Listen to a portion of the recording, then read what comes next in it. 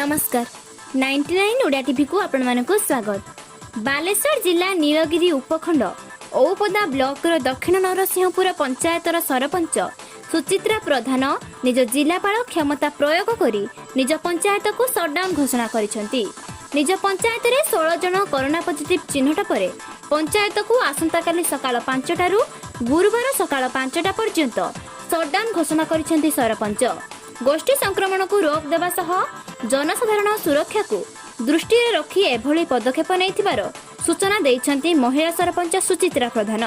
अत्यावश्यक तथा medical case किंबा आंबुलांस को छाड़ी समस्त दुकान बजार और लोक चलाचल बंद रखा निवेदन करिछंती।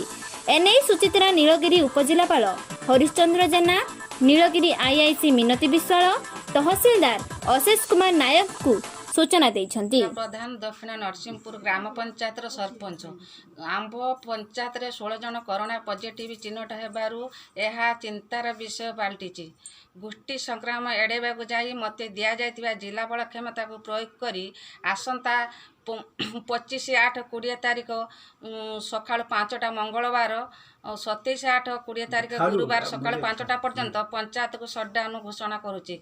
एने औपदा ब्लॉक वीडियो नीलगिरी उपजिलापाल, नीलगिरी तहसीलदार, नीलगिरी थाना अधिकारी सूचना प्रेरण कराला।